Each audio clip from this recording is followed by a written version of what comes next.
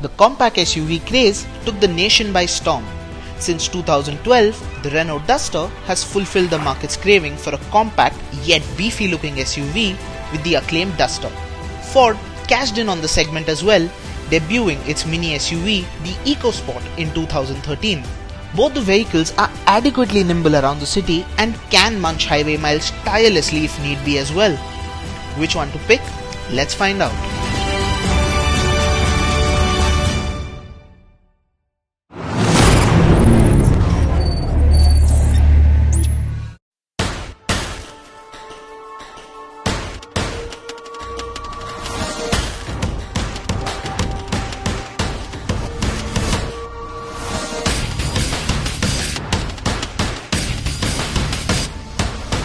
The Duster makes its presence felt, and that's saying a lot. The flared wheel arches, massive chrome grille flanked by double barrel headlamps, and those massive 17-inch wheels give the Duster an imposing stance. The Ecosport looks much tamer in comparison. Some might even call it a hatchback on steroids. It sits in a millimeter under the magical 4-meter mark and looks proportionate while doing so. The large radiator grille, slender headlamps, and the tailgate mounted spare wheel lets the Ford pull off that baby SUV look without a hiccup. Both cars are due for a facelift, and it won't be long before the cars look slightly different than they look right now. If we had to pick, it would be the Duster.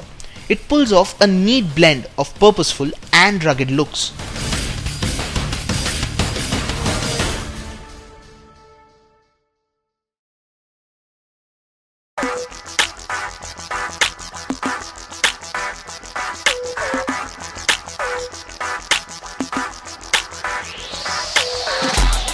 The dashboard on the Ecosport looks miles better than that on the Duster.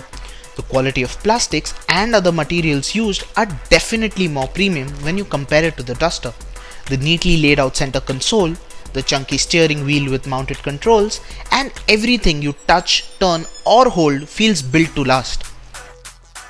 The Duster does not feel as premium or classy as the Ecosport and feels like it is built to a cost.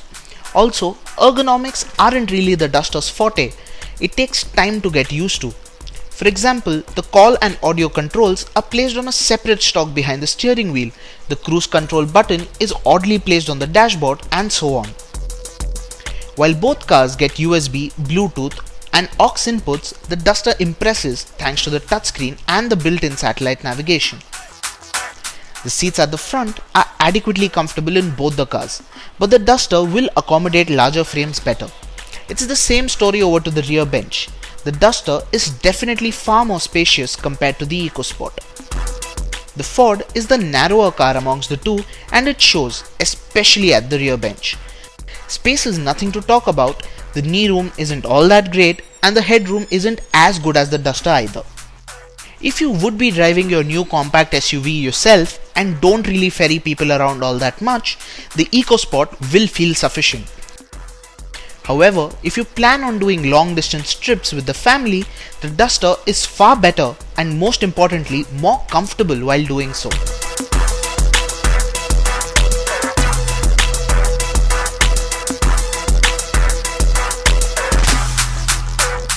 Let's check the engine options available on both the cars.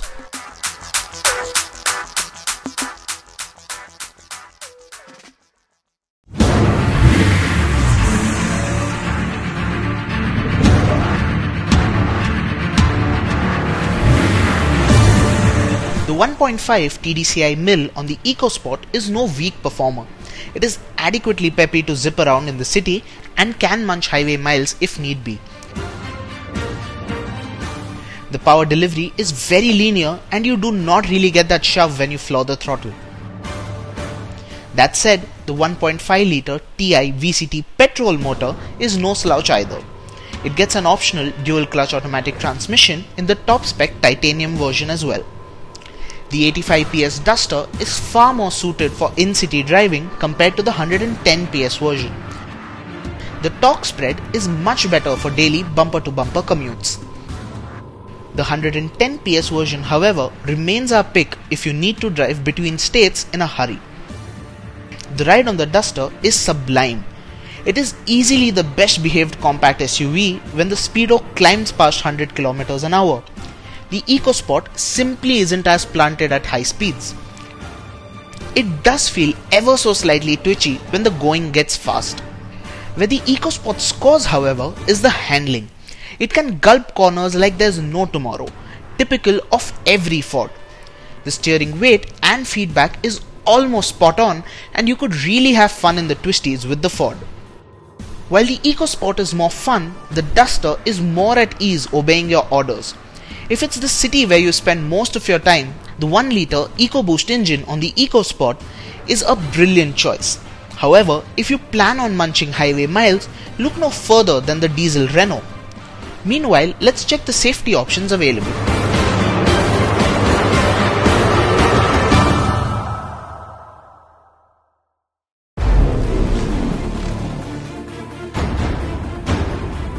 Both the cars are all set for their midlife refresh, which can be expected anywhere between late this year or early 2016. The Duster is your best bet if you need nothing but a highway cruiser and are willing to make do with the slightly dated looking interiors and the iffy ergonomics. However, if you need a slick city car that looks like a mini SUV, you cannot go wrong with the Ecosport.